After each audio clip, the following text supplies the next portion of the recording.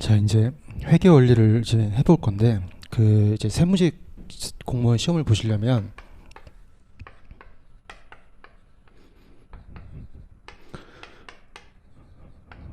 뭐 7급이든 9급이든 간에 이제 바뀌었죠. 이제 회계학이랑 세법학이랑 세법학이래. 세법이랑 자, 회계학, 세법. 7급은 세법이라 그러고 이제 9급에서는 이 과목을 세법 개론이라 그러는데 차이가 없어요. 난이도도 큰 차이가 없고요. 뭐 계산 문제 비중이나 말 문제 비중이나 그것도 별로 차이가 없고요. 근데 앞으로 이제 벌어질 거예요. 앞으로 이 필수 과목이 된 그 순간 7급과 9급은 똑같을 수가 없으니까 앞으로 난이도가 점점 벌어질 거라고요. 그러면 어떻게 난이도를 조절할 것인가? 말 문제로 난이도를 조절하기는 힘들어요. 말 문제로는, 그러니까 말 문제는 어렵게 낸다 그러면 지엽적인 걸 내는 거죠. 그냥 사람들이 잘 많이 안 보는, 공부를 좀 덜한 챕터에서 그냥 아무거나 막 내면 어려워지는 건데, 말 문제로 그 난이도의 중상, 중하 이걸 맞추기 되게 힘들다고요. 그럼 결국 뭘로 조절할 거냐면 계산 문제로 조절할 거예요. 계산 문제로 7급의 계산 문제 비중이 점점 늘어날 거예요. 그리고 고급 회계도 좀 내겠죠. 고급 회계도 계산 문제로 점점 난이도를 조절할 거예요. 자, 회계학을 일단 먼저 얘기를 해보면, 이제 우리 회계원리 수업이니까 회계학을 하시기 위해서는 회계원리를 반드시 하셔야 돼요. 뭐 혹자는 회계원리를 공부하지 않고도 중급 회계만 해도 따라갈 수 있다 이렇게 얘기를 하는 사람들이 있지만, 그거는 둘 중에 하나예요. 그렇게 얘기하는 사람의 부류는 둘 중에 하나예요. 첫 번째, 회계학을 전공한 사람. 두 번째, 아무것도 모르는 사람. 회계학을 전공한 사람은 아무리 대학교 때 공부를 안 했다 하더라도 대충 들으면 기억이 나요. 대충 들으면. 그래서 따라갈 수 있는데, 그러지 못한 비전공자는 그럴 수가 없어요. 회계를 반드시 하셔야 되고, 자, 아무것도 모르는 사람도 이렇게 얘기할 수 있어요. 중급 회계만 해도 돼. 이렇게 얘기할 수 있어요. 아무것도 모르는 사람은 아무것도 모르니까 그런 얘기를 하는 거예요. 어찌됐든 회계원리를 반드시 하셔야 돼요. 반드시 회계원리를 반드시 하셔야 되는 거예요. 수학으로 치면 1 더하기 1, 2 더하기 2, 구구단 이런 걸 해야 된다고 먼저. 그게 회계원리예요. 이걸 하신 다음에 중급 회계를 하시는 거예요. 중급 회계가 시험의 대부분의 비중을 차지해요. 70%, 80% 그 정도를 차지하죠. 그러니까 중급 회계만 잘하셔도 75점을 넘기는 건 쉬워요. 중급 회계만 잘해도. 자, 이걸 하고 나시면 원가 관리 회계를 하시는 거예요.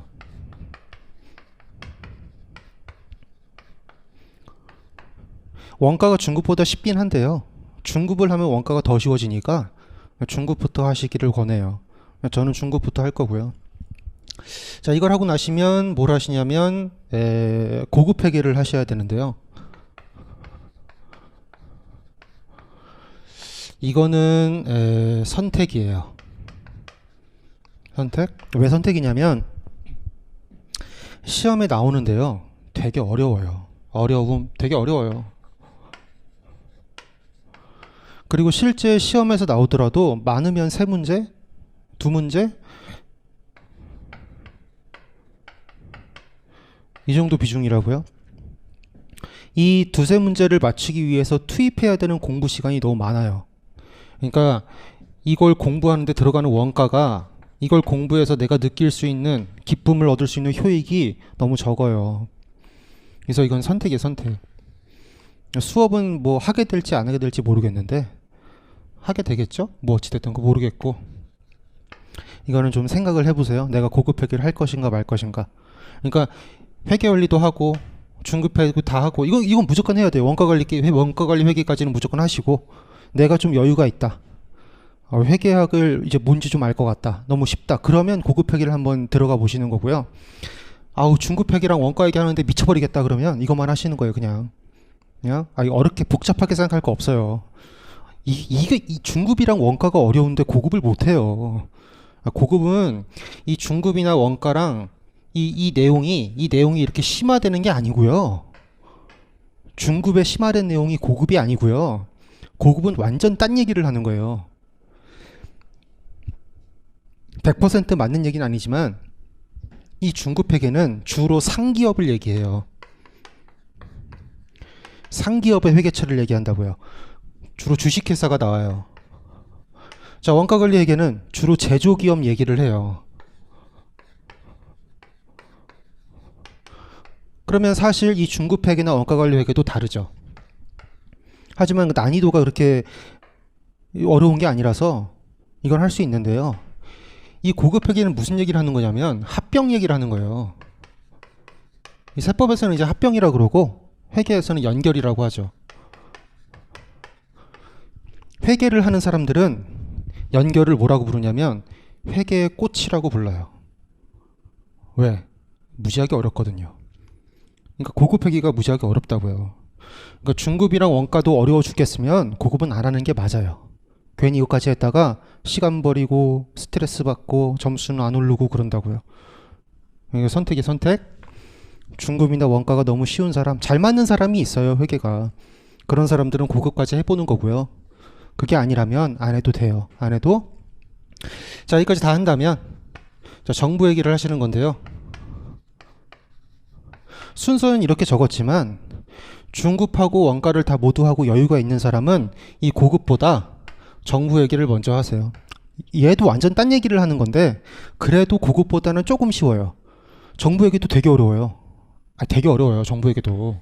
이거 되게 어려워요. 얘가 나오면 한두 문제 나와요. 되게 어렵다고요.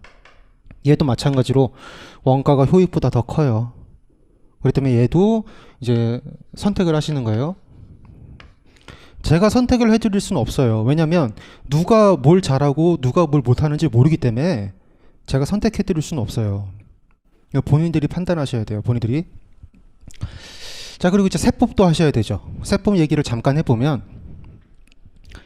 회계학을 모르고선 세법을 할 수 없어요. 회계학을 모르고선. 그래서 회계학을 먼저 하시고 세법을 하셔야 되는데, 자, 그러면 모든 그 세법이 우리가 총 6가지의 세목을 배우죠. 말이 세법 이렇게 한 과목이지만 사실상 6과목이잖아요. 자, 국세기본법 하셔야 되죠. 국가직을 예로 들면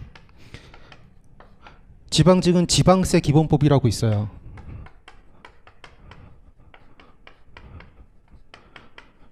나중에 보시면 알겠지만 국세기본법의 메커니즘이랑 지방세 기본법의 메커니즘이 비슷해요.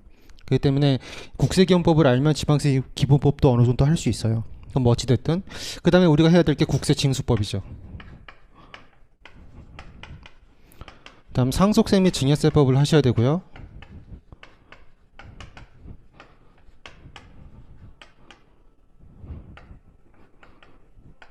그 다음에 주로 주요 3법이라고 불리우는 법인세법, 자, 소득세법, 그리고 부가가치세법 얘를 하셔야 된다고요.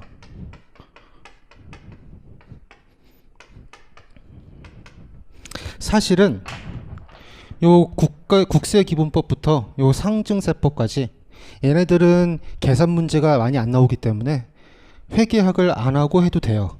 얘네들은 회계학과 연관성이 그렇게 크게 없어요. 회계학을 안 해도 그냥 다 말을 외우는 거니까, 법조문을 외우는 거니까 그냥 하실 수 있는데요.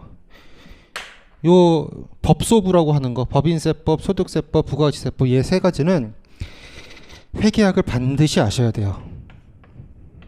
회계학을 반드시 아셔야 돼요. 반드시. 회계학에 여러 가지 나오는 그 계산 방법들이 세법에서도 통한다고요. 그러니까 회계학의 계산 이런 거를 모르고 이거를 하면 미쳐버릴 거예요. 반드시 회계학을 하고 공부를 하셔야 돼요. 특히나 이 법인세법 그리고 소득세법 중에서 사업소득,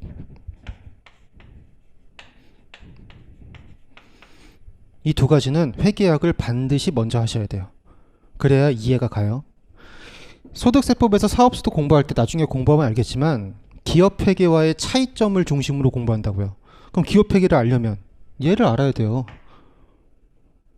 기업회계도 모르는데 차이점만 어떻게 공부할 수 있겠어요. 기업회계를 알아야 뭐가 다른지 알 거 아니겠어요.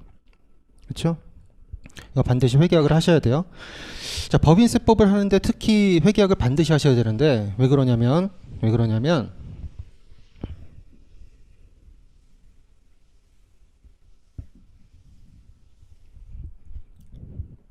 법인세법의 목표는 뭐냐면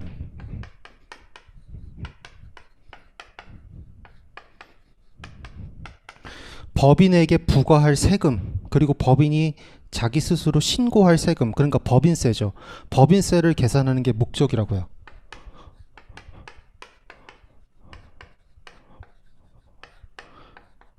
얘를 계산하는 게 목적인데 얘를 어떻게 계산하냐면 기업이 작성한 손익계산서에 나와 있는 당기순이익부터 시작해서 입금이라는 걸 더하고요. 송금이 아닌 걸 더해요. 손금을 빼고요. 입금이 아닌 걸 빼요.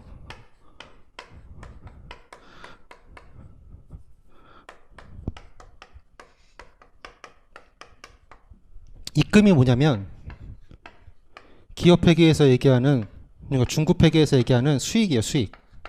송금이 뭐냐면 기업회계에서 얘기하는 비용이에요. 세법에서 얘기하는 수익하고, 아니 회계에서 얘기하는 수익하고 세법에서 얘기하는 입금이 비슷한 개념이긴 한데 그 구체적인 항목을 들여다보면 달라요. 예를 들어 임대료가 있다고 해보세요. 임대료 수익, 우리가 건물을 하나 빌려주고 이제 월세를 받기로 했다고요. 그 임대료 수익 같은 경우에 만약에 이거는 기업회계 입장에서 당연히 수익이에요.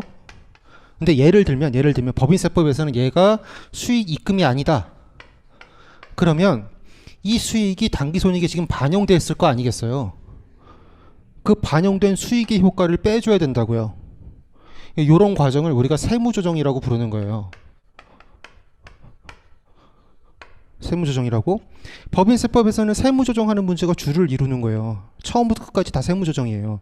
그러니까 이 회계를 모르면 세무조정을 할 수가 없어요. 그래서 회계학을 반드시 하셔야 된다고요. 반드시. 자, 그래서 이제 회계 원리부터 이제 할 건데, 회계 원리 잠깐 목차를 보시면 차례를 잠깐 보시면 뭐 회계 기초 이론이 1장에 나와 있고, 자, 2장의 복식 부기와 거래 기록, 3장이 보면 회계 순환 과정 이렇게 나와 있는데 1, 2, 3장까지는 시험에 안 나와요. 그러니까 안 나올 거예요. 지금까지는 나왔는데 앞으로는 이런 저급한 문제 안 낼 거예요. 안 내도 돼요. 필수 과목이기 때문에 진짜로 세법의 전문가를 뽑는, 세법에 정통하고 회계학에 정통한 사람을 뽑는 시험이 됐기 때문에 이런 저급한 문제 안 낼 거라고요. 안 내요, 안 내? 그러면 공부를 안 해도 되나? 해야 된다고요. 얘를 해야 중급회계를 이해할 수 있어요. 우리가 구구단을 알아야 인수분해를 할 수 있는 거예요. 그러니까 얘 공부하셔야 되고요. 실질적으로 시험에 나오는 부분이 이제 4장부터 나오는 건데요. 말씀드렸지만 이 회계 원리는 그냥 구구단 같은 거라서 이 회계 원리에 지금 나와 있는 그 4장부터 나와 있는 그 내용들이, 4장부터 쭉 나와 있는 내용들이 중급회계에 나와 있는 챕터랑 겹쳐요. 여기서는 되게 기본적인 얘기만 하는 거예요. 여기서는 그냥 맛보기만 하는 거예요. 맛보기. 아, 이런 거구나. 이런 거고 이런 거구나라고 맛을 보고 그 다음에 중급회계 가서 심오한 내용을 하는 거예요. 그러니까 회계 원리를 당연히 하셔야 된다는 얘기를 자꾸 제가 말씀드리는 거예요. 그래서